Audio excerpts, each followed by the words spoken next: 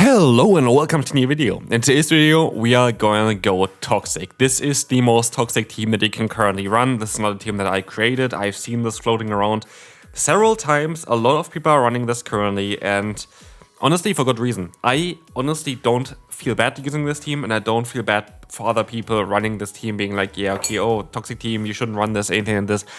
I find the current meta quite frustrating, so I can understand why people maybe want to resort to teams like this. And I did 3 full sets with this team. I am always fully transparent about everything on this channel. I went 9 and 6 with this team. I had maybe one battle that I could have won. The rest I could have not won. I don't think I played really bad or anything like this. I think I played perfect for most of the games here today. But this is a consistent 3 times 3 and 2 win, which is, in my opinion, very good in the current meta, where you encounter basically everything.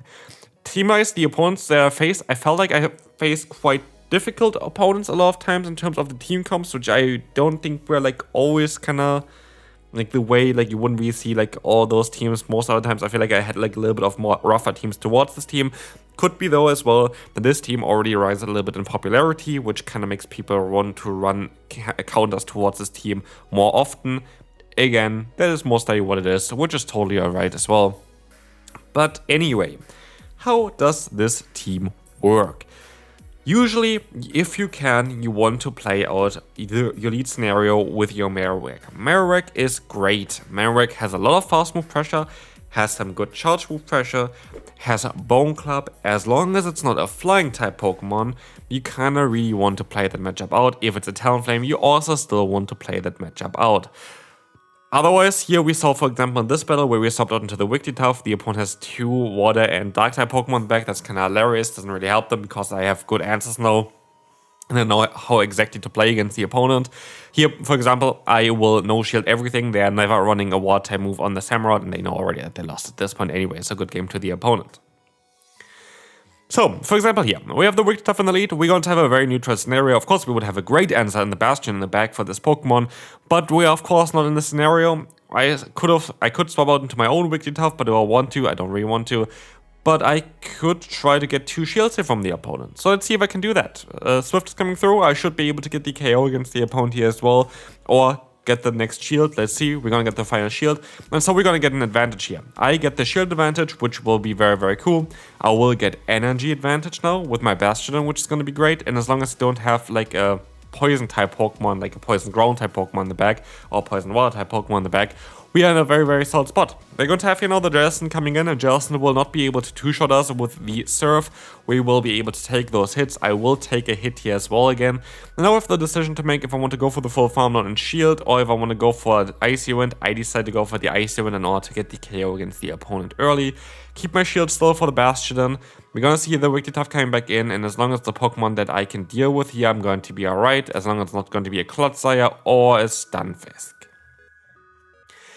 And that's exactly kind of how this team is going to be. There's going to be those certain situations where you are going to not enjoy the matchups too much, where you just don't really have anything to be doing. Like, there's nothing really that you can do in order to win those battles. And that's totally okay. I feel like this is the meta like none other ever before too. If I've been playing GO Battle League literally since the beginning, I've never seen a meta like this, where you kind of have to accept that there's not going to be a single team that is going to be able to win every single battle for yourself. Like, this is not going to happen. There is always going to be a hardball to your team, quite commonly, I would even say. So yeah, again, it is what it is.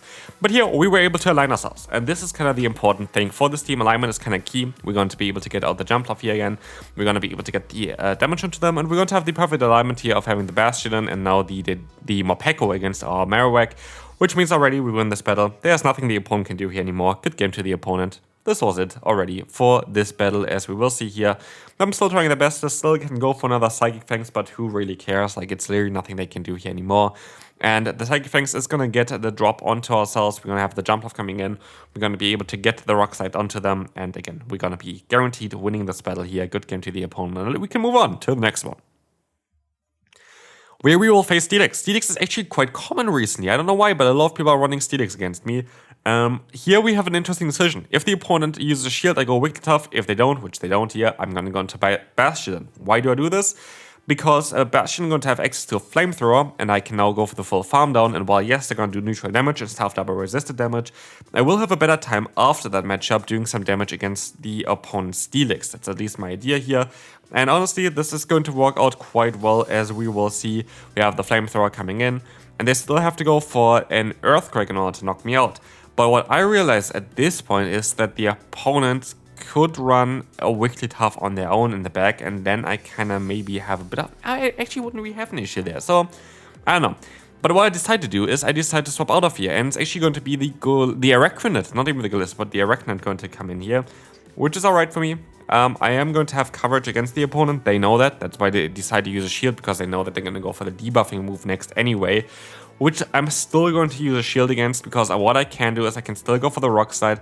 This time around I'm actually going to go for it, just to get the guaranteed damage in against the opponent. And as you see, yeah, I'm not going to get to another Bone Club, which is okay as well. We are going to be able to go into the Bastion, and we should be able to even take a hit here, which we cannot actually. But now it's down to the Wigglytuff, but I do think we're going to be alright here.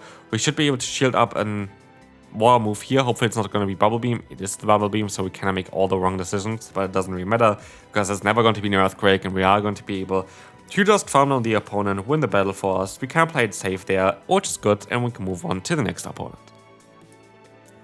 Where we have a great lead, that is going to be amazing, especially if we can keep alignment, and based on what I see here, we can guarantee alignment. There's nothing the opponent can do here to realign themselves. I have just such a big advantage. With us staying in there and going for a charge move, the opponent is already in farm down range for the Bastion.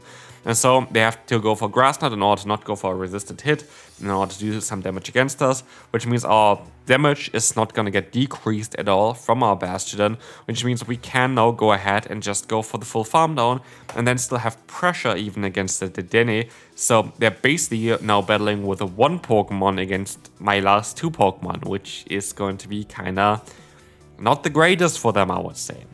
And so these Stone Edges coming through, we see already how much damage it's going to do. We can go for another one, and they are going to be easily into farm down range now as well.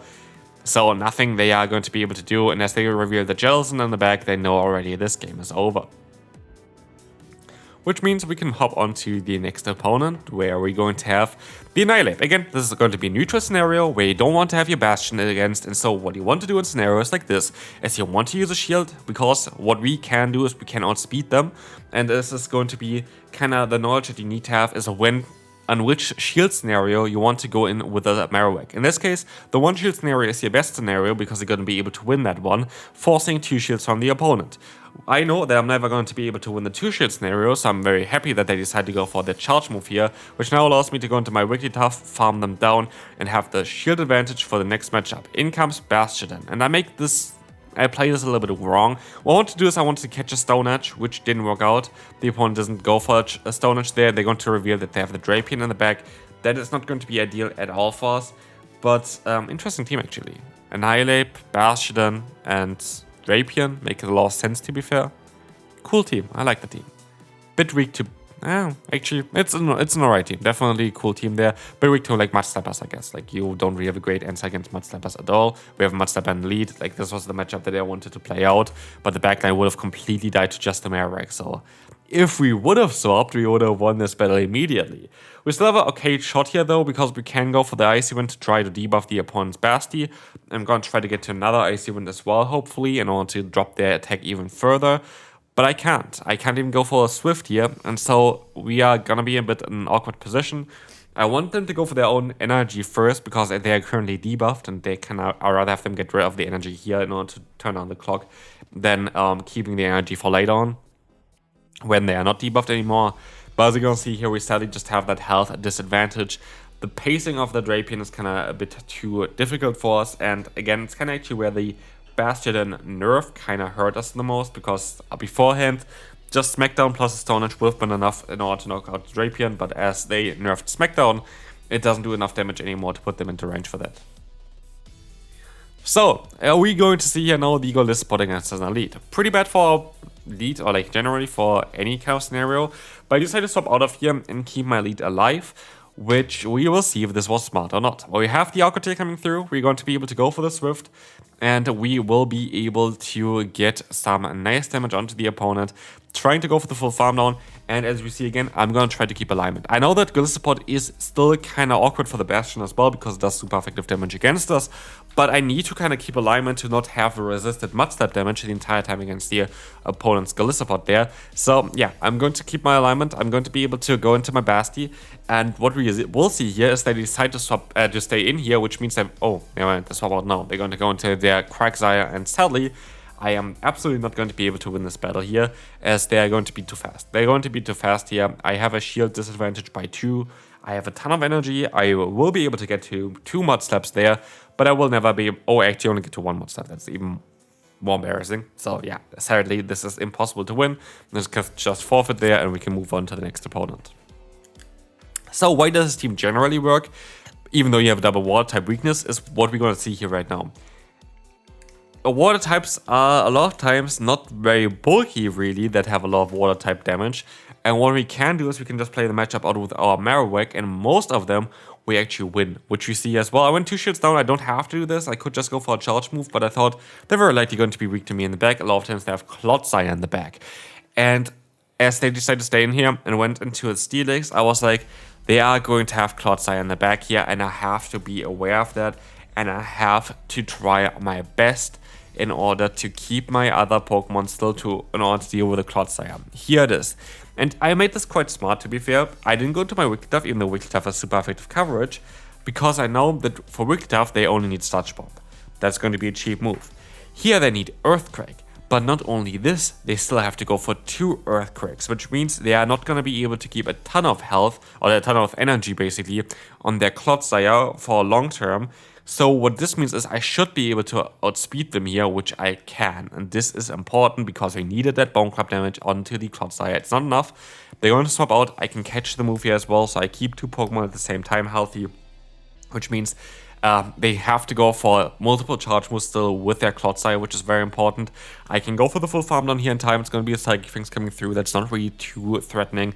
And even if they're going to go for the Sludge Bomb here, which they do, they are energy dry at this point, and we are going to be able to win this battle, and we can move on to the next opponent, where we will see the Sableye. And again, this is going to be where I want to stay in. I'm fully expecting here, by the way, the team that recently hit rank 1 in the world, with Sableye on the lead, the Lapras as a safe stop, and the Talonflame in the back. So let's see if it's going to be the case, because what I am going to do is I am going to try to align myself, which we will see here as well by me just going for the shield and just fully farming them down. I have a lot of energy, which would be great against both of them, but they actually don't have that team. They have a Scissor in the back, which is still great that I kept alignment, because Scissor against our Wigglytuff is not a great idea for the Wigglytuff. And so we can go for the Bone Club, we get them insanely low here, and it's basically 2 vs 1 at this point. It's going to be the Steelix in the back, and that is a 2 vs 1 that kinda scares me. But I am going to be able to go for the Flamethrower here, which is going to drop the opponent's stats a little bit. I can stop out of here. They decide to go for the Psychic Fang straight away. And now it's down to Wigglytuff against this ginormous Steel Snake. Our Charm is going to be resisted, which still will do some damage here at least, because Charm is just so threatening. But I have to get to an Ice Wind still, which I do get in time, which means they should be in farm down range for both of our Pokemon. They are going to go for a charge move, which means I can swap out straight away afterwards as well, even if they don't knock me out here, which they don't. And so I can go for the full farm down with my Bastion. This should just be a Psychic Fangs. This was not enough energy for anything else. And with that, we are going to be able to win this battle, as the Steelix, the Scissor here is not going to be able to knock us out. And 2 Metal Coat Pokemon here against us wasn't enough. I have actually 3 Pokemon that even need a Metal Coat. It's just the 2 there. Would be kind of funny to go for a full Metal Coat team. But yeah, it is what it is. We're going to take a look here again at Annihilate. We saw already earlier on how we're going to have to play that out. We have to go for the Mud Slap, and then the Bone Club, and then the Mud Slap, and then the Bone Club again. And we should be able to win this in the 1-shield scenario. And most of the times we are just going to be able to get the shield there and get the shield advantage, which I'm definitely going to take. But yeah. It only actually allows to evolve your Metal Coat. I just searched it up on the side. It only allows to get Scissor and the Steelix. So sadly, we are not going to be able to make a full Metal Coat team. It's kind of sad there. But it's cool there. We're going to see in the back here though, Tentacruel. That's going to be a bit difficult for us to deal with for this battle. Skull is coming through. This is going to be kind of awkward. We're going to have to go for our Stone Edge, of course. This will allow us to get some damage onto them. And let's see on how things are going to go for this one. Skull's gonna get us slower as well. Can we, like, we cannot take another one. I do think they're going to outspeed us here. So what I decided to do is, I decided to let the move go. I think that's my best play anyway. And with that, we can go ahead and go into our Wigglytuff. Try to go ahead and go for a charge move here. This gold is coming through. We're gonna try. Oh, they're gonna go into the Mana Bus. We are quite lucky that they have the Mana Bus here in the back. This is going to be one of the better matchups for us. They're running Air Slash, which is the only viable moveset currently for Mana Bus, in my opinion. And they have to go for an Aerial Ace, but they're debuffed now, so I hope that I can still survive it. I do survive it. Can we go for the full Farm Run in time, though? We can, and we end up with an Icy Wind, which you can, yeah, we can go just for even the Swift here real quick, knock out the opponent, win that battle, and this is going to be it for this video. This team is very, very toxic, but also very consistent, so hopefully you enjoyed this video, hopefully you can climb with that, and I will see you then. Bye-bye.